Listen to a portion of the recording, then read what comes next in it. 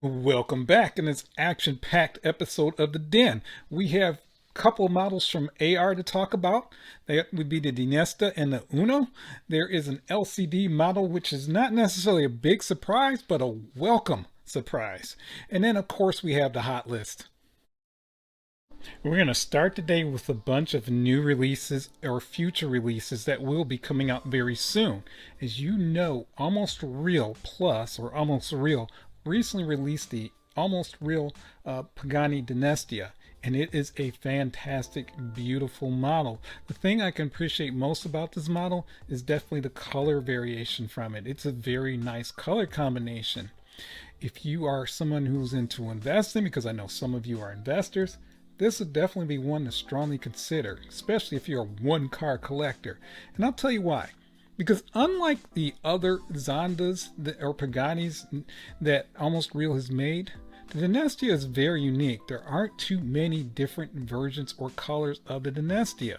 So that means that there won't be so many different models produced either. So that makes this one more rare. And again, if you're somebody who's into values, want something unique, this is definitely one to have because it definitely will go up in value. On top of that, again, it's just a freaking beautiful model. Next we have the Chinkway, and this is in that convertible, beautiful blue color. It's also known as the Uno. This one is spectacular, and there are going to be two companies that are going to be releasing this. One would be Almost Real, and the other is actually BBR. And yes, this one is very unique with this very beautiful blue color. Now, some have already argued that if you're going to buy this, buy it directly from Almost Real. In other words, a retailer that's selling it versus the BBR version. Now, the BBR version is a version that just comes with a couple of enhancements. And though that would include a prettier case that it comes in, as well as, well, actually, that's really about it. It comes in a prettier case, but it's displayed very nicely. And I'll show this to you right now.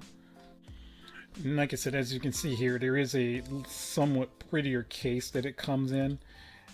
And yeah, again, same car, nothing different there. The biggest difference is in this packaging that it comes in. So it is a little bit prettier, especially the way that everything is laid out. You have your tools there, you have your booklets. But again, you can find all of this with the same package from Almost Real Plus. Now, I'm going to put a little argument here. And my argument is that, yeah, even though that this one from BBR just comes with the special packaging, there is another version that comes with the same special packaging, but the model itself comes on a base. And I'm going to argue that that one is actually the better buy, specifically for someone who is not a collector of multi-models. So think of, again, I always like to call it their one model collector. The BBR with the base, with the metal plate that has all the information about the car, I think is the better buy. Yes, it's going to cost you almost $100 US more, but in the long term, I definitely think it's a better product to have. One, it will definitely be high grow in value because it is unique, just like with the Chinkway. This blue, this turquoise blue, is a one-off in reality, so it's a one-off in model form. And yes, there are other Chinkways, and I get that in the other colors. But the point being is that this is a very unique color. As history has told us, there was a certain AutoArt model that was out quite a few years ago, and it was a Lamborghini Aventador convertible, and it came in this very unique light bluish color. If you look at those right now, those are priced incredibly high, and it's because of the same thing. That was a very unique color. Yes, there's tons of different Aventadors, but because this one stood out so much and they didn't make as many as the other colors, that thing is super expensive. So again, if you want something that's really unique to have a conversation about, and you are a one model collector, or maybe you just collect maybe a few models, this is the better buy to have. Now the next model is from LCD, and it is the McLaren Senna, and this is beautiful.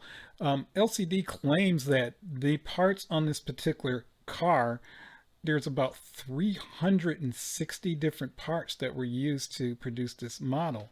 And it definitely shows. This thing is phenomenal. I mean, it blows away the AutoArt version, which isn't even out yet, but I can tell you already, this is going to blow away the AutoArt version. It's very good. This is definitely a model that goes to show that LCD is passionate about their cars, and they're passionate about not only Paganis, but as well as this McLaren. So yes, this will definitely be a hot seller.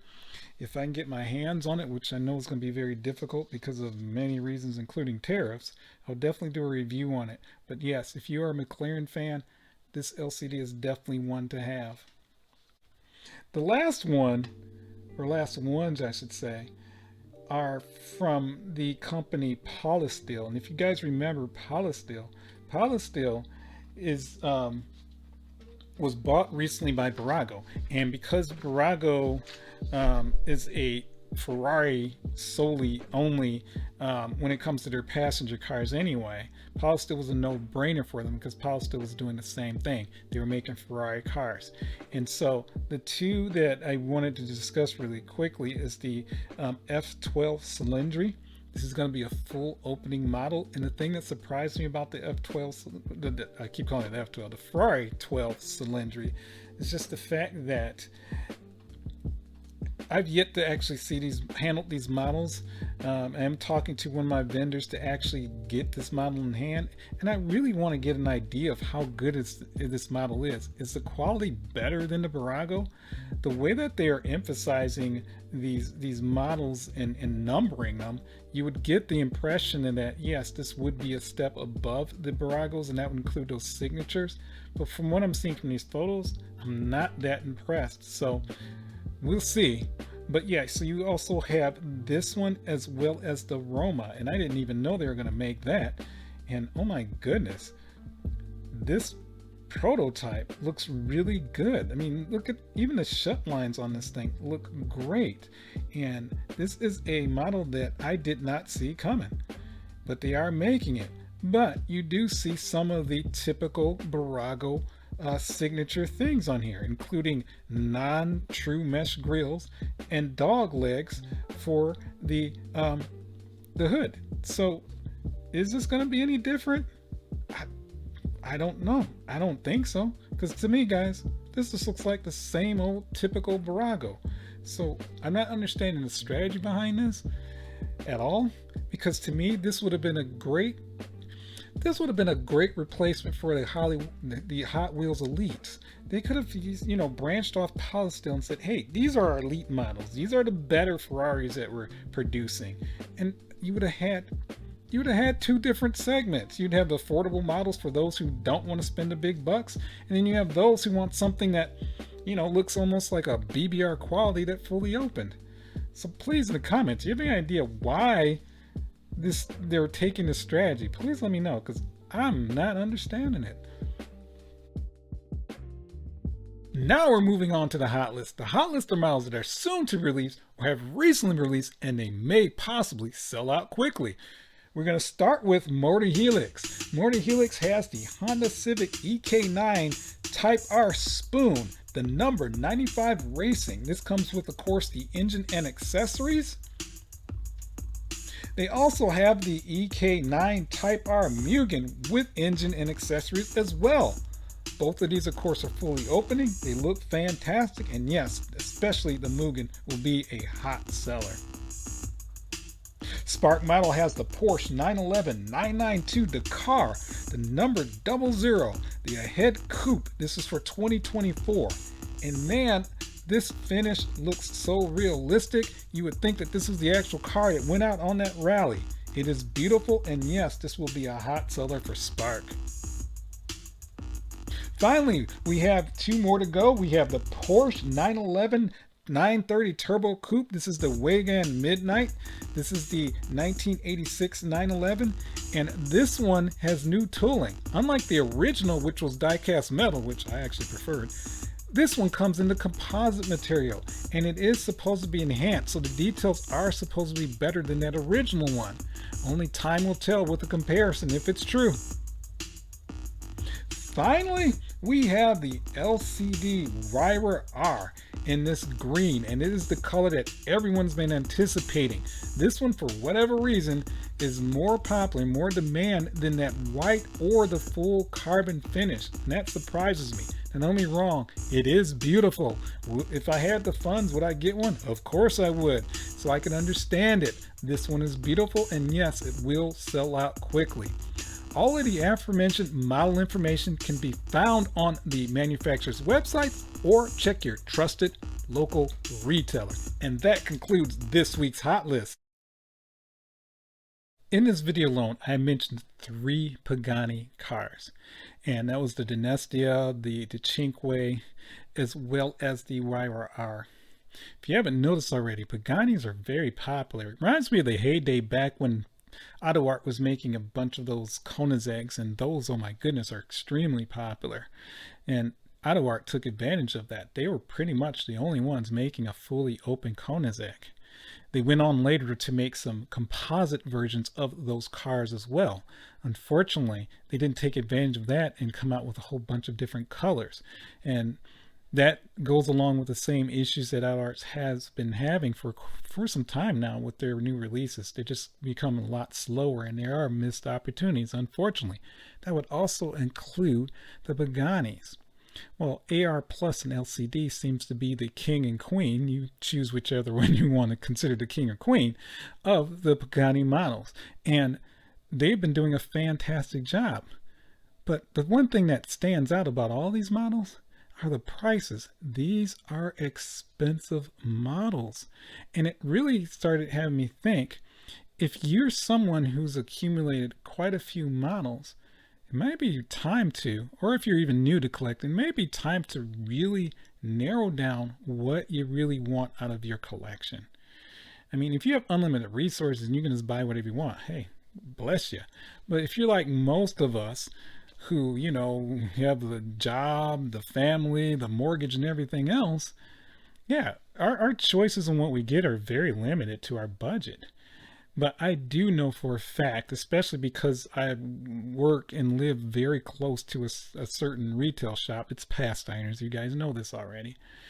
I see these clients that come in all the time, and there are some that have, you know, 1,500, 2,000 models alone.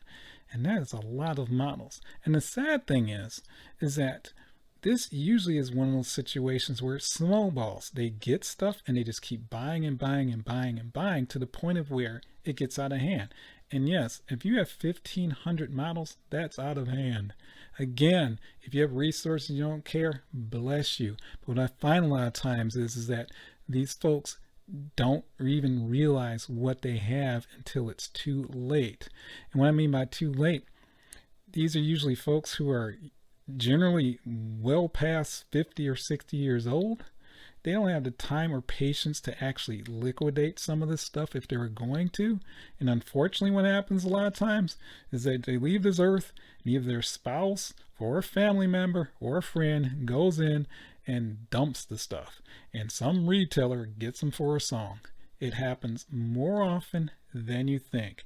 There is a reason why certain retailers, you will see it, they will say, we buy collections. And it's because as humans, we have this terrible tendency, and I'm including myself in this, to accumulate things far more than what we need. Now, I know that you guys have been asked for a long time for me to reveal my collection, and unfortunately I was ready to do it, and then I had that water situation which did cause some damage, and there was some losses as well. Not too many, but there were some losses. My point being is that I don't have 1,500 models. I don't have anywhere near 1,500 models.